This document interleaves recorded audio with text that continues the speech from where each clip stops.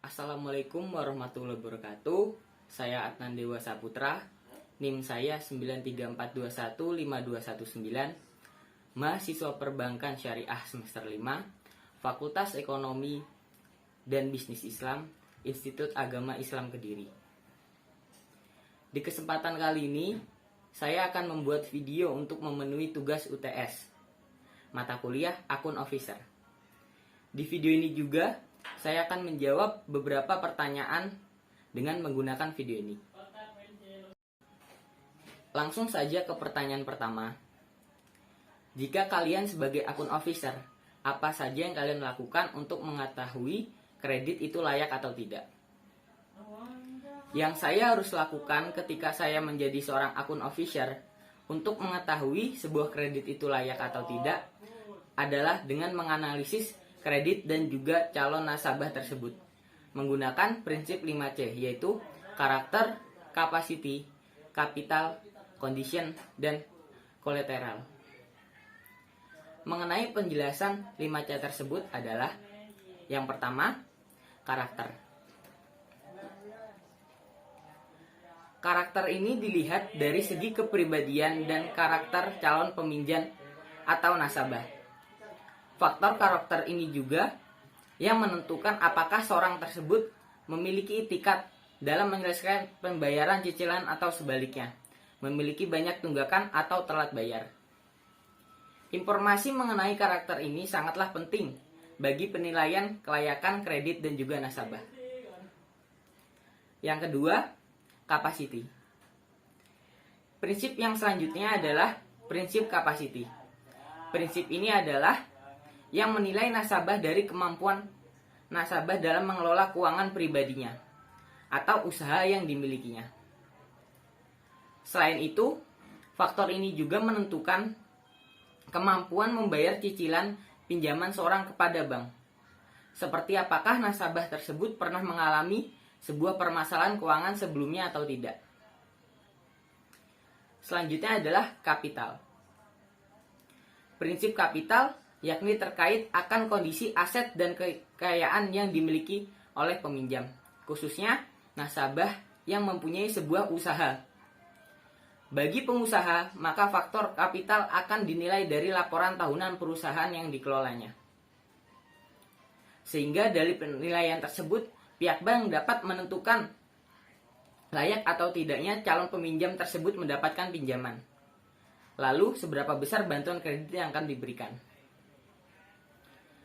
Beralih yang keempat adalah condition. Prinsip ini dipengaruhi oleh faktor di luar dari pihak bank maupun nasabah atau calon peminjam. Misalnya, usia minimal peminjam, jumlah pinjaman, atau kondisi lainnya yang telah ditetapkan oleh bank kepada nasabahnya.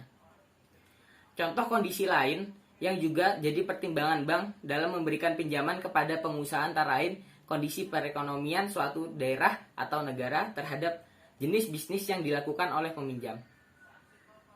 Yang terakhir adalah kolateral. Yang perlu diperhatikan umumnya semakin besar nilai agunan atau pinjaman yang diberikan untuk pengajuan pinjaman, maka akan semakin besar pula poin penilaiannya. Prinsip ini perlu diperhatikan bagi para calon peminjam, sebab ketika mereka tidak dapat memenuhi kewajiban dalam mengembalikan pinjaman dari pihak bank, maka sesuai dengan ketentuan yang ada, pihak bank bisa saja menyita aset yang telah dijanjikan sebelumnya sebagai sebuah jaminan. Berlanjut ke pertanyaan kedua, jika ada hambatan atau kendala yang dialami oleh nasabah di tengah pandemi dan akhirnya menyebabkan nasabah tersebut tidak bisa membayar cicilan atau membayar angsuran sesuai waktu yang disepakati, apa yang harus dilakukan oleh seorang akun officer? Yang harus dilakukan ketika terdapat kendala atau hambatan yang dialami oleh nasabah dalam pembayaran cicilan atau angsuran kredit terhadap bank, cara penyelesaiannya secara administrasi pengkreditan antara lain sebagai berikut.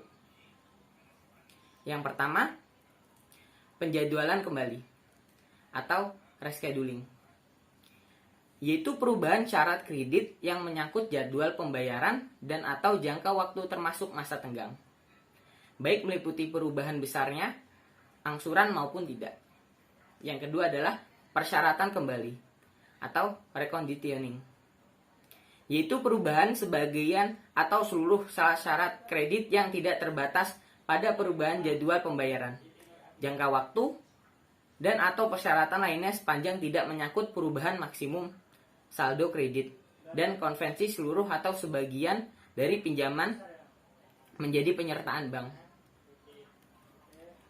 Yang terakhir adalah penataan kembali atau restructuring, yaitu perubahan syarat-syarat kredit berupa penambahan dana bank dan atau konvensi seluruh atau sebagian tunggakan bunga menjadi pokok kredit baru, dan atau konvensi seluruh atau sebagian dari kredit menjadi pernyataan dalam perusahaan.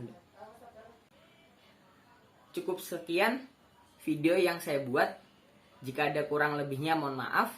Wassalamualaikum warahmatullahi wabarakatuh. Terima kasih.